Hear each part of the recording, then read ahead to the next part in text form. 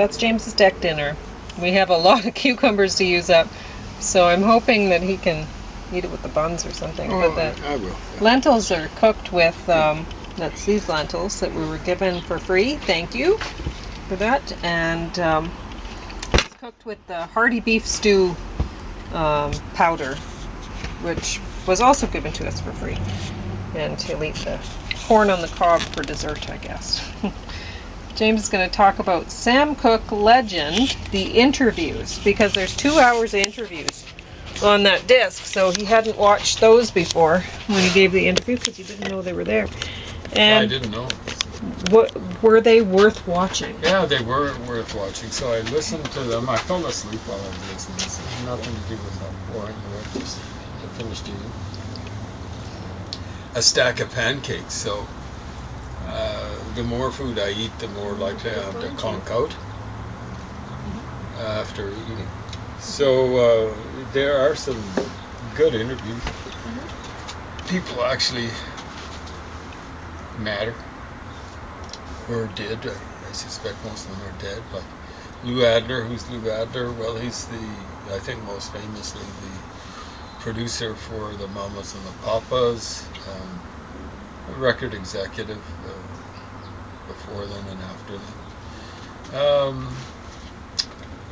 Bobby Womack. Who's Bobby Womack? Well, he's the guy who wrote one of the Rolling Stones' first hits called It's All Over Now. I used to love her, but it's all over now. And this may be one of his first things he ever wrote. Yeah. I'm not sure. Anyway, Bobby Womack, there were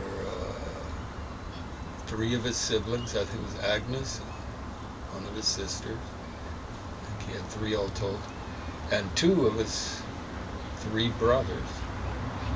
Or did he have 4 brothers? I think he had 4. But anyway, Charles and Charles Jr. And his dad was called Charles. And LC.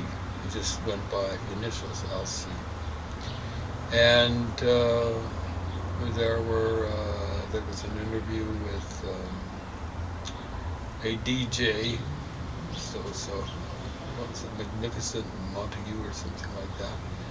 And there was one with maybe something like producer, creatore, forgotten the first name, never heard of the guy before, but it sounds as though he was somewhat of a creative force for a while. And Aretha Franklin. I mean, I guess they maybe toured together or something like that. Aretha was probably younger than him. But I don't think it's a newsflash. It kind of matters. So, yeah, I mean, some more interesting interviews than you usually get from rock and roll or pop albums or performers and stuff like that, biographies.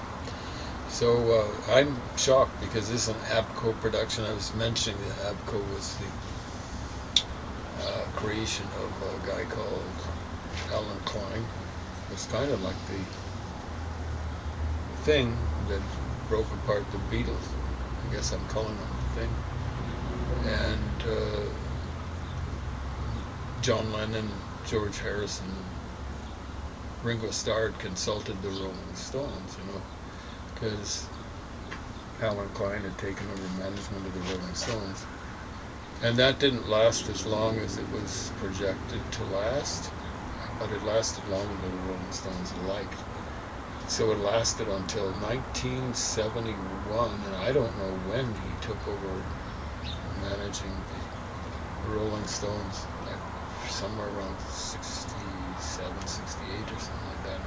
Mick Jagger kind of knew about economics, told John Lennon that, hire him over your dead body or something like that, but they went ahead with it, and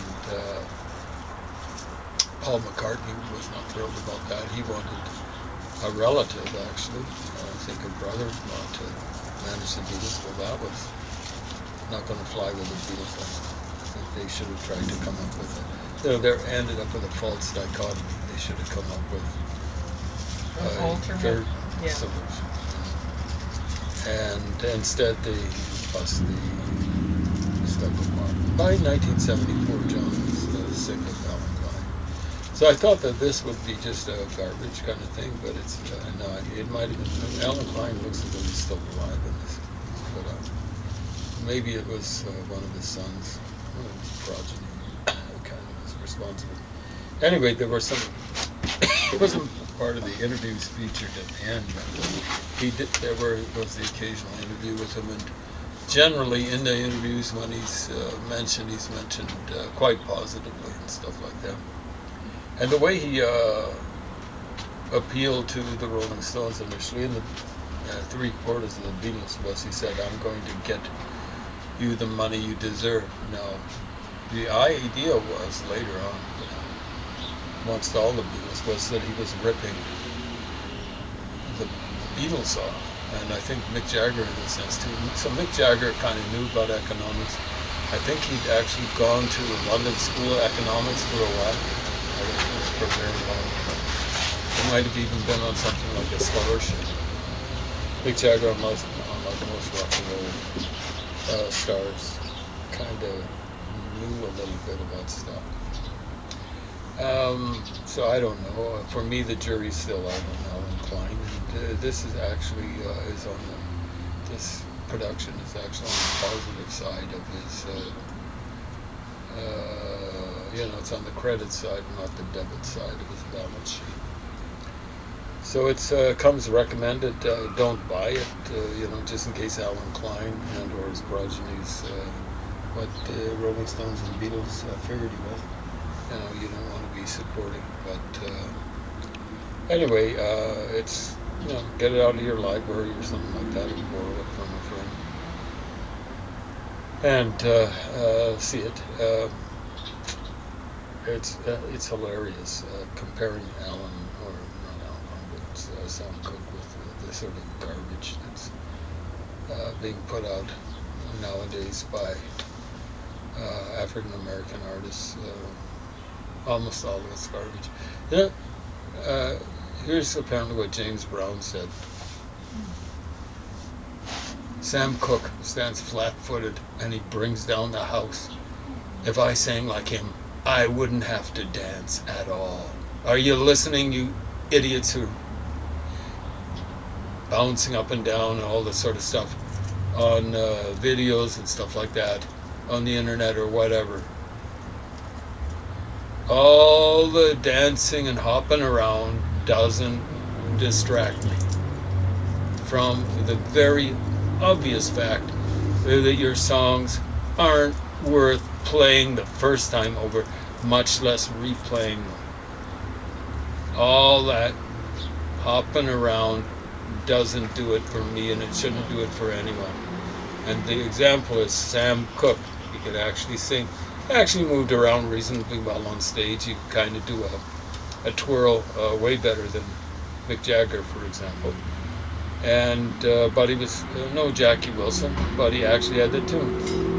What he said, and it's repeated in the interviews by other people, he said, read a book. Well, actually he said, read books. Read them. Read lots of them. Read them carefully. Guy was an A student in high school, and he read the occasional book. Well, more than the occasional. You can tell. And the guy could write stuff, and that is probably the major difference between him and Jackie Wilson. You look at Jackie Wilson, and holy smokes, you see him do a twirl, he'd be like Prince. But Prince, this shouldn't come as a newsflash, wasn't a great singer. He was a pretty good guitar player and a multi-instrumentalist, but he wasn't a great singer. Jackie Wilson, I'm sure he could have sung opera. Power, range, and yet, here's what they say about when they were touring together, Jackie Wilson and Sam Cooke. Did it twice, apparently. First time, Jackie Wilson's the one who closes the program. Second time, Sam Cooke, I gather, was a pretty complacent guy. He's saying, although he had was maybe this presumably was in the early 60s and stuff like that. He said to Jackie Wilson, "What do you want to do? Close or start this show?" So Jackie takes the closing show. After the first show, he just says, "Man, oh man, you've got all the hits." And when I got out there on the stage, people were leaving. And that's the difference. Learn how to write. I've mentioned before, when I got hold of Jackie Wilson's big hits, I'm going like Peggy Lee. Just like total deadpan. Is that all there is? It's not that it's bad. It's not that it's even mediocre. It's just not what I expected.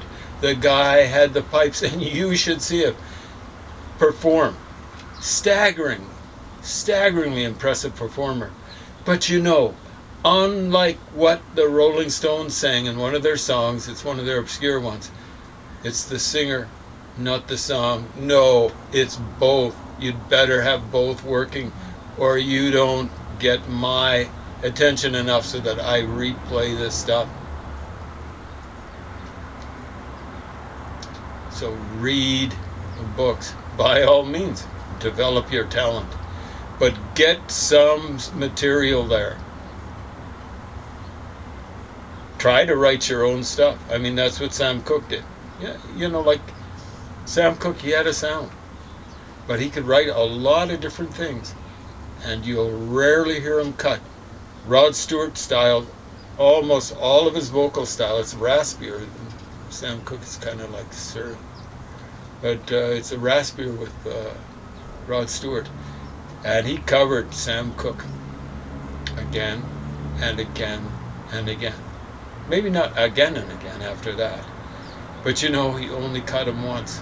And I don't know how he did it. He did it on Twisting the Night Away. I think what he did was, there's the chorus line. Twisted, twisted. Everybody's feeling great. I don't know what Rod Stewart did. All he does is the verses. And then he does a verse. And then another verse. And then another verse. And you think it's over. I didn't know the song.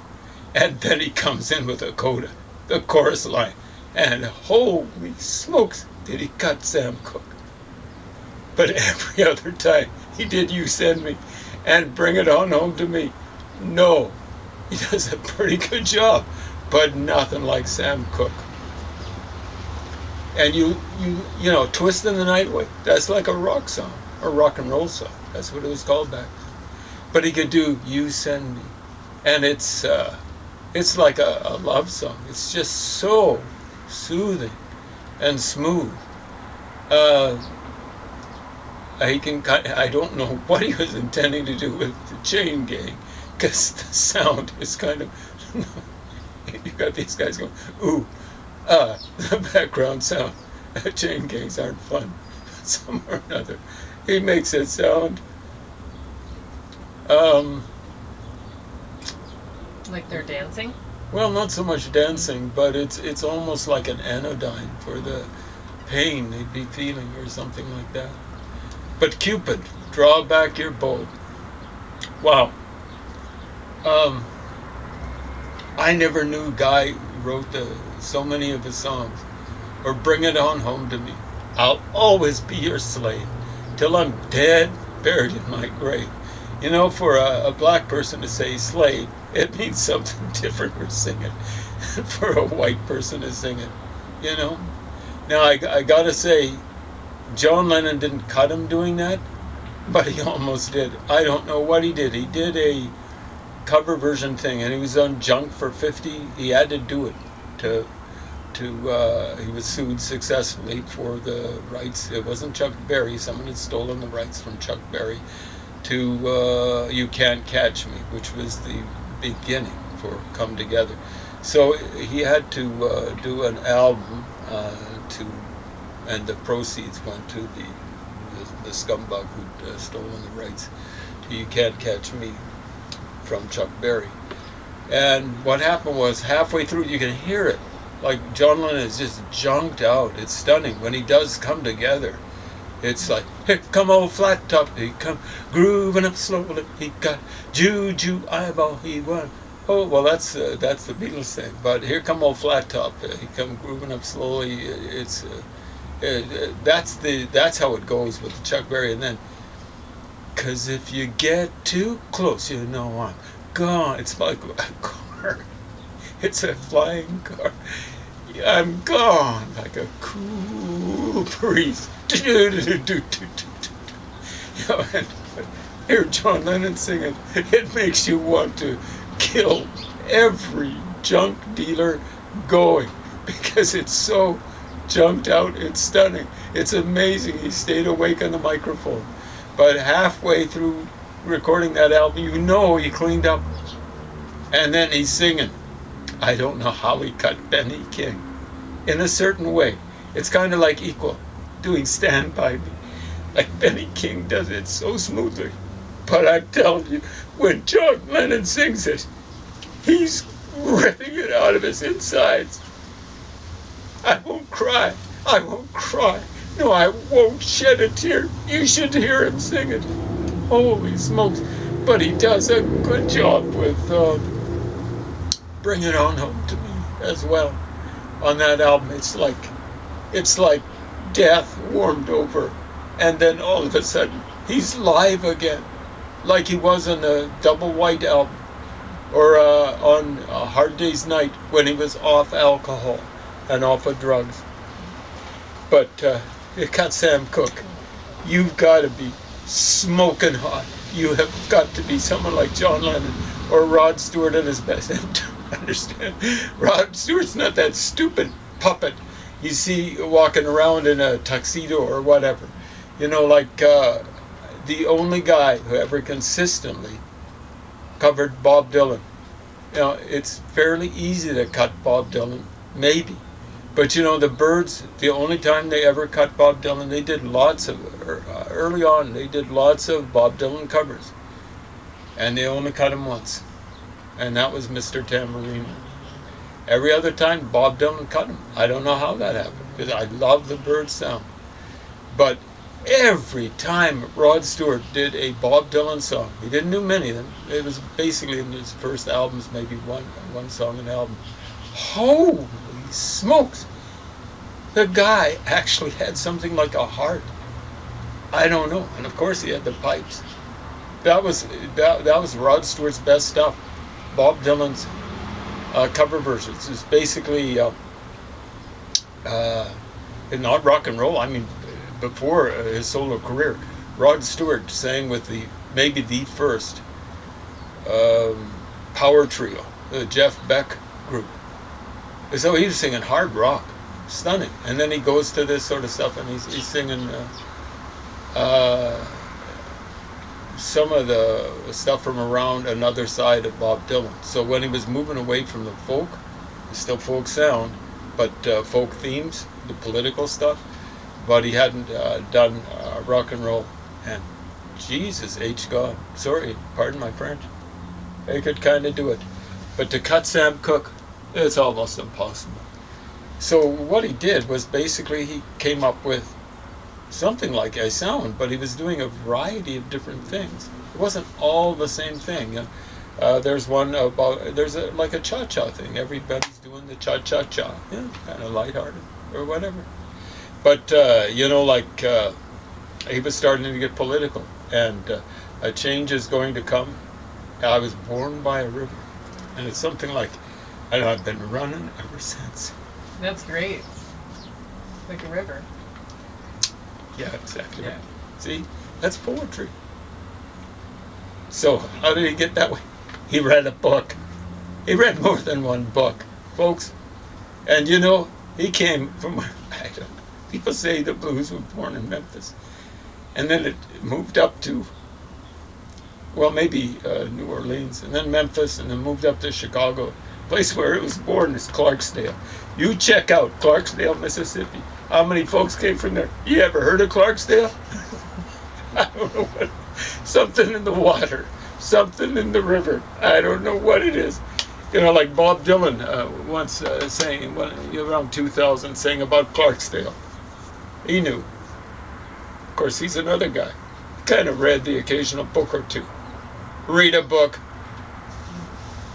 Read a book. If you're not interested in reading a book, I ain't interested in you.